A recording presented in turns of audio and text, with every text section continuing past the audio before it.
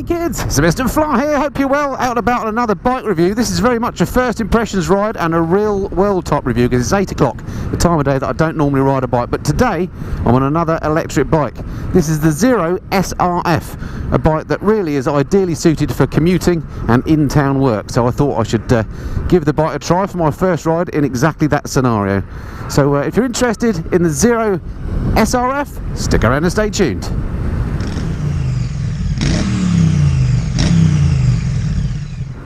So a little bit of upfront confession for you.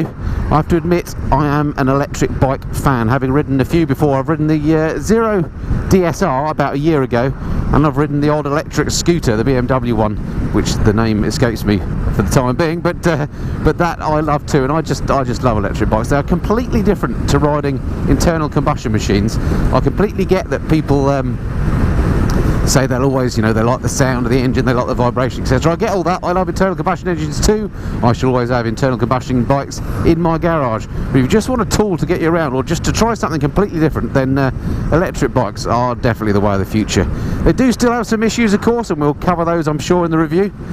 But anyway, as a mode of transport, they are great fun, and something I think every motorcyclist should try before they comment on what they think of electric bikes. So this machine I'm riding then is the Zero SRF, the latest bike from Zero. It looks a bit like a, well, it's a naked hooligan type bike, street fighter I suppose you could call it. They've done wonders with the engineering on this. It's as I say, way improved over the DSR that I rode about this time last year. My biggest complaint with the DSR last year was one, well, I had two complaints really. One, it felt a bit heavy when you stopped because the battery was very heavy, and two, it had no traction control or ABS, and these bikes have massive amounts of torque. This has got something like 190 Newton meters of torque. I'll go through this spec a bit later when I do the walk around, but that is a massive amount, far more than a Panigale V4S. It's you know, it's getting up there towards the new Triumph Rocket, which has a 2.5 litre engine, for goodness sake. This one has a 14.4 kilowatt motor in it, or battery rather I should say, and it puts out the equivalent of 120 horsepower, which sounds like not a lot. Well, it sounds a reasonable amount, but not a huge amount. But given the torque is available from pretty much when you pull off, it makes the bike very quick indeed. There isn't much that will keep up with this. So the good news for the new SRF is it now has Bosch lean angle sensitive ABS and traction control, something that should have been there from day one. Massive thumbs up to Zero for doing that, because it just gives you that little safety net in the background. Should you give it a big armful of throttle, it's not going to spin out on you like the DSR did on me, and apparently has done on quite a lot of others. This also looks much better than the DSR. Again, the DSR wasn't a bad looking bike, but this just looks beautiful. It looks properly like a motorcycle. Now I have observed in the past that electric bikes always look a bit like, you know, internal combustion engine bikes, two wheels, a tank, that sort of thing. They don't do anything special because they obviously don't need a fuel tank, which is, you know, what's here. But of course, I guess the manufacturers do that so that bikers who aren't, you know, if they're not in a state of shock enough from riding an electric bike, they want something that at least looks like a motorcycle, and this certainly does look like a motorcycle. Has the added benefit, of course, that underneath here, under the, in quotes, tank, there is a big storage area that you can put your charge leads in, which is very handy. But it does look like a handsome machine. I think they've done a good job with it. These batteries on here take some cooling, so there are some big old air cooling fins on it, on the battery part, which is nice and low down on the bike, which keeps that centre of gravity low. And I think it looks really cool. Another advantage of electric bikes, not much to service on them, very few moving parts, belt drive, no chain to look after. So not only is fuel cheap, it's something like £2.80 for a full charge, but also servicing over time isn't going to cost you a lot of money. Such a civilised way to travel, this. So let's go through the usual things that I would do in a first impressions review on a bike. First off, riding position and comfort. Well, it feels really nice. I suppose riding position reminds me of my street triple. My legs are tucked up in a fairly sporty position, yet I'm sat upright. You know, I'm not leant forward too much, a little bit canted forward, a tiny bit of weight on my wrist, but not a lot. And it is very comfortable. Seat feels quite hard, but I've certainly been on worse. I think this is a bike you could ride for several hours at a stretch without any issue, even for a bloke of my age. I'll go through the full spec when we do the walk around, but seat height wise, It's very usable height, this, even for a shorty like me. I'm 5'8" with a 32-inch leg, which for some reason always amuses people. And I can get my feet pretty much flat down on the floor. And because they've done wonders with that centre of gravity, no longer does the bike feel ponderous. I say no longer does the bike, of course this is the new bike for this year. But compared again to the previous Zero bike that I rode, the DSR, which had that weight issue, this just doesn't have that weight issue too. It's all gone. There's nothing wrong with the ride on this at all, in terms of when you come to a stop, it doesn't feel ponderous, it feels balanced, the dynamics of it feel really good. The mirrors on it work beautifully. These look a bit like the mirrors on my BMW.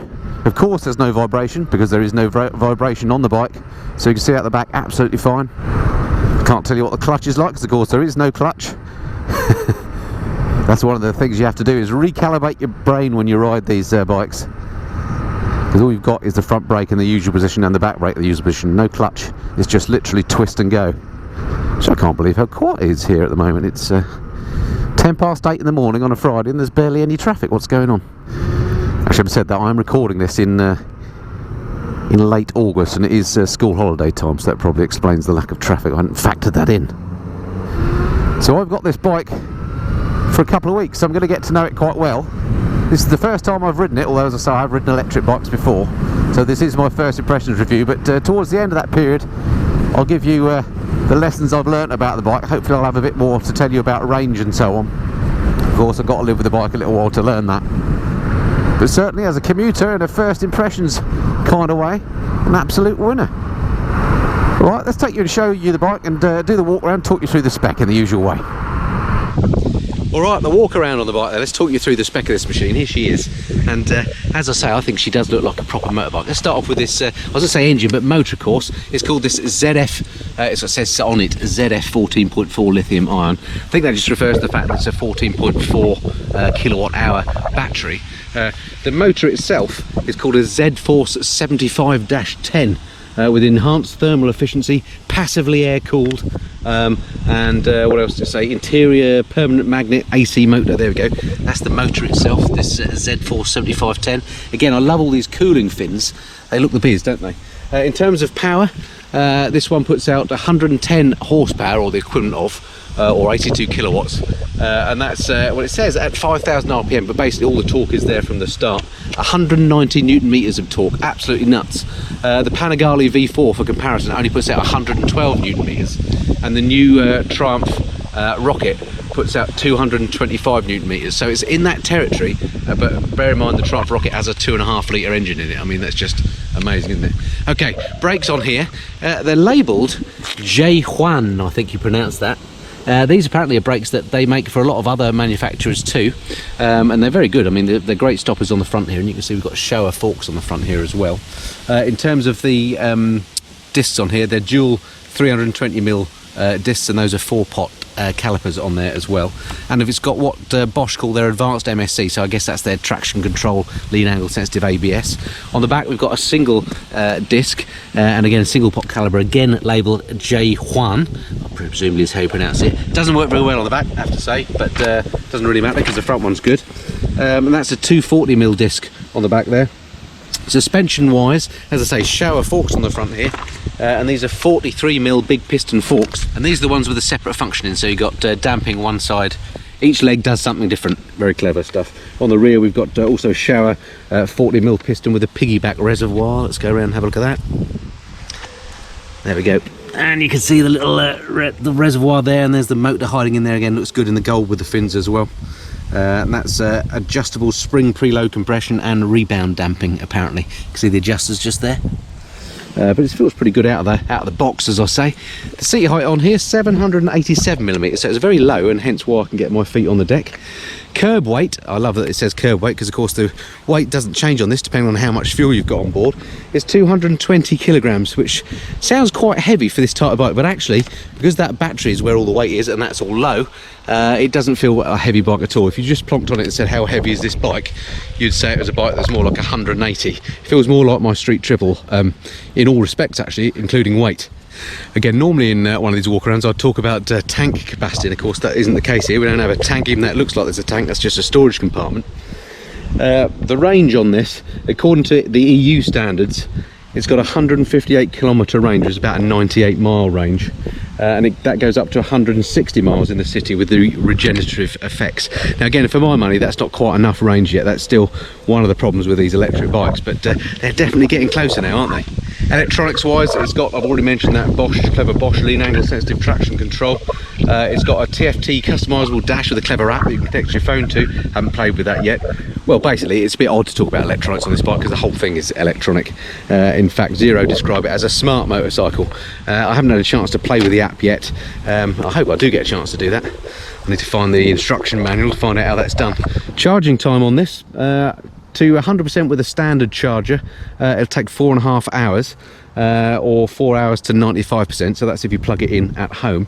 If you've got the rapid charger option, which I have actually got, you can do 1.3 hours to 90%, and that means you can plug it into those chargers that you see things like Teslas and stuff doing. So if you're out and about on that, you can get 1.3 hours to 90%. It's still quite a long time though, isn't it? So again, charging, it's on the cusp of being usable, but still a bit too long for my liking. Price, oh my god, it's quite expensive. Again, the various options available on this, but basically you're looking at from 17,990 for the basic model, but that doesn't give you the fancy charging and all that. It's another 2,640 for the rapid charger, and £445 rather cheekily for the UK plug lead, which is just outrageous really, I think. So yeah, pricing wise it's still not there. It's got a bit to go, but they are again getting more reasonable, but still an expensive bike, I think, on anyone's terms. 2-year warranty on the bike, 5-year warranty on the battery, and it comes in grey or this red. I think this red looks absolutely brilliant. So yeah, there we go, that's the Zero SRF. Let's get back on the bike. Okay, so back on the bike then, and just weaving through this traffic, nice and light, this bike, as I mentioned, and also quite narrow, so weaving is no problem. Interesting that car did see me coming and pulled out my way, so he didn't hear me, so no issue there. The display on this, full TFT, all high-tech looking, got everything you need there, he says, because I don't need to talk about a fuel gauge of course, but it does have a SOC indicator. State of charge tells me I'm on 95% charge at the moment, and I've got a range of 105 miles. And of course it does very much depend how you ride these bikes, in terms of what range you get out of it. And oddly, counterintuitively, the bike actually does better on range through town because it's using a lot more of its regeneration technology. So you get less of a range if you're riding on a tour. That's why these bikes suit town riding so much, and why I was keen to come through town this morning. Because at the moment, with the state that battery development is in and the range and so on these machines, they really still are short range only machines, so it's an urban tool rather than the bike going to go and take touring. I know people do take them touring, but that's a bit more of a challenge than I would want to do, because realistically I think you're looking at around 90 miles to a charge. And now this bike is fitted with the optional extra fast charger as well, so you can go to one of those chargers that you might charge your Tesla up at, and you can get, I think it's something like 90% of charge within about 40 minutes, which is pretty good. But if you're going to plug her in at home in a normal socket, then you're looking at you know, a few hours. But it's not something you could sit and wait for if you're on a tour. But if you're riding to work on it, you've got a ride that's, say, I don't know, 30-40 miles to work, then you've got enough, you've easily got enough power to get you back home again. And if you've got a longer commute to work, say 80 or 90 miles, and you can plug it in somewhere when you get to work, then you've got enough juice to get you back home again afterwards. So it is practical as a commuter type bike. I would argue still not practical as an everyday bike. The other thing I haven't mentioned on this first impressions review, which everybody mentions about electric bikes, is just how blisteringly fast they are, and this one certainly is. I mean, I've just got this in street mode at the moment, just as I'm coming through, you know, town and traffic this morning. And as soon as you wind it on, the thing just wants to fly. That's been talked about a lot, the speed of these things, so I won't go on about it, but believe me, until you've experienced that instant torque and the grin-inducing speed that these things have, you've not lived. That's what's so great about these bikes. So on faster roads, I'm out now on the dual carriageway, of course, because it's got this tremendous amount of torque. The thing holds its own, no problem. Here I'm doing, look, 70 miles an hour indicated, and it's got absolutely loads more to give. No problem at all on the dual carriageway. There is something weird about being in traffic without making a load of noise. So what about handling and suspension on the bike? Well, the handling is beautiful. Let's just overtake this truck. Because of that now lovely low centre of gravity, it feels really flickable.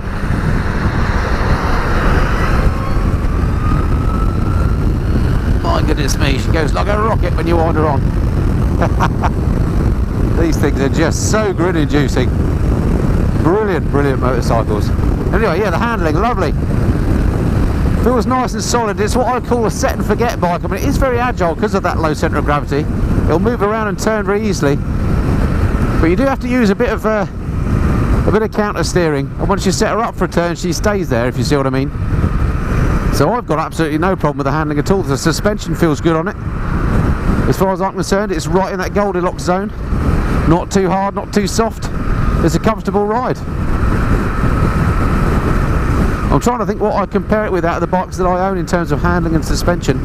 And I think the closest thing I'd have to say is it's a more comfortable version of the Street Triple. And that is high praise indeed. So not much behind me. Let me just test the front brake.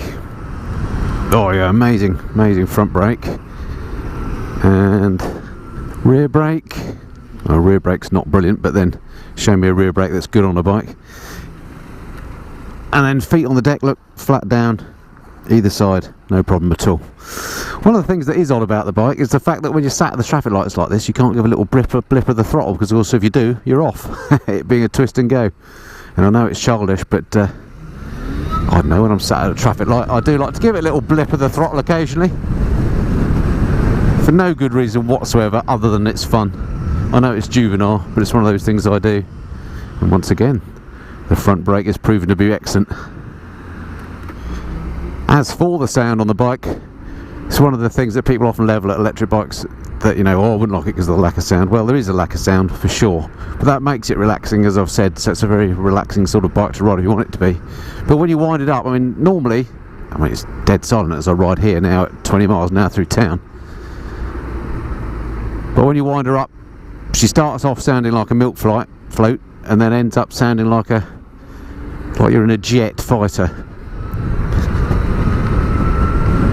But there really isn't a lot of sound to write home about. In fact, unusually I'm riding this bike without any earplugs because I knew I was doing mostly town work and not long stretches of motorway. You really don't need the earplugs, so you can hear everything that's going on around you, which is really lovely. The only noise you hear is the wind blast, which of course if you're on as I say, a long motorway for a long distance, then wind noise would become an issue and you should still wear earplugs.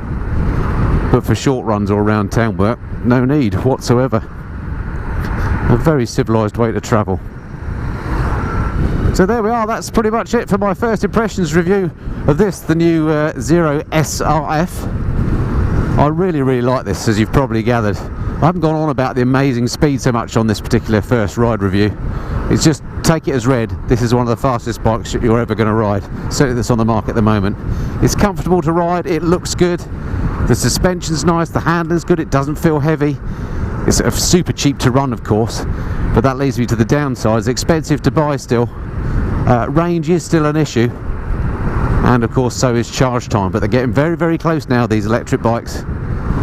And if you're doing predominantly shorter rides or urban stuff like I've been doing today, then it's absolutely practical. There's very little not to like about this bike. You just got to recalibrate your head for the speed, the lack of sound. You've got to be a bit careful when you're in traffic and urban environments because of people walking out on the road not hearing you coming. And of course you can't blip the throttle at the traffic lights like you used to. But it's such an amazing experience riding one of these with no steps, no hesitation, no vibration. It's 100% is the way of the future. And I would just say, don't be hard on electric bikes until you've ridden one, and then make your decision. Really do like it. Anyway, if you're interested in electric bikes, and in particular the Zero SRF, do stick around and stay tuned to the channel, because there will be at least one more video coming on this bike once I've had the chance to ride it a little bit more and learn some lessons and bring you all the pros and cons I've learnt about it. If this is the first time you've been to the Missenden Flyer, then I don't just do bike reviews here on the channel. Well, I do anything and everything to do with motorcycles, be it trips and tours, stuff in the garage, how to look after your bike, news reviews, and indeed the LOD live stream. It'd be great to have you along if you haven't done so already. Do hit that subscribe button, give me a big thumbs up down below if you've enjoyed the video, and I look forward to speaking to you next time. Until then, this has been the Listen and Fly. Cheerio.